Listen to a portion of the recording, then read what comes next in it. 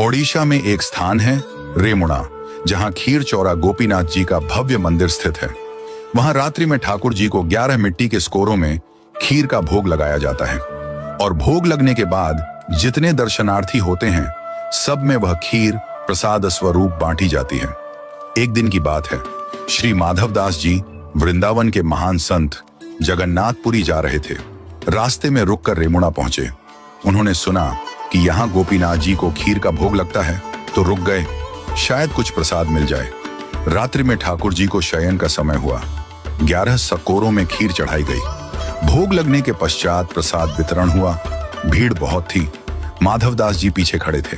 प्रसाद भंटते भंटते माधवदास जी तक पहुंचते पहुंचते खीर समाप्त हो गई। पुजारी ने हाथ जोड़ लिए, बोले, भक्तवर, खीर समाप्त हो गई। माधवदास जी 3 दिन से उपवास में थे, परंतु फिर भी न किसी से बोले, न कुछ मांगा। मन ही मन बोले, हे जगन्नाथ, आप तो जगत के अन्नदाता कहलाते हैं, पर आज आपके द्वार पर आकर भी अन्न नहीं मिला।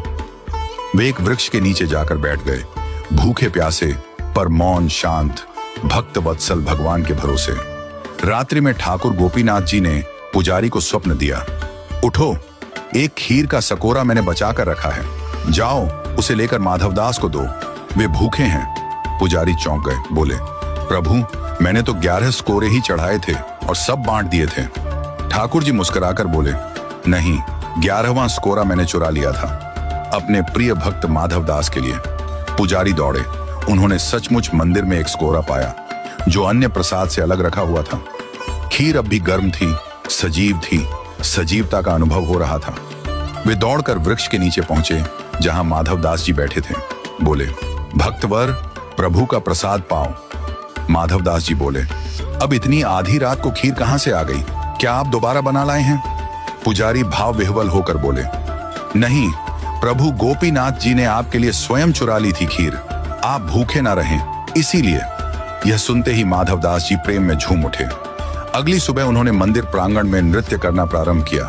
बोल उठे, वहां मेरे ठाकुर, दूसरे भगवानों को लोग चढ़ाते हैं, लेकिन मेरे ठाकुर जी तो चुराते हैं अपने भक्तों के लिए।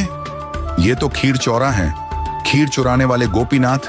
और तभी से गोपीनाथ जी का नाम हो गया, खीर चौरा गोपीनाथ। आज भी रेमुणा में रात को ठाकुर जी को खीर का भोग लगता है और उनकी वह प्रेममयी लीला सजीव रूप में याद की जाती है। भगवान कभी कभी भक्त के लिए चोर भी बन जाते हैं, क्योंकि उनका धर्म है भक्तों का रक्षक बनना।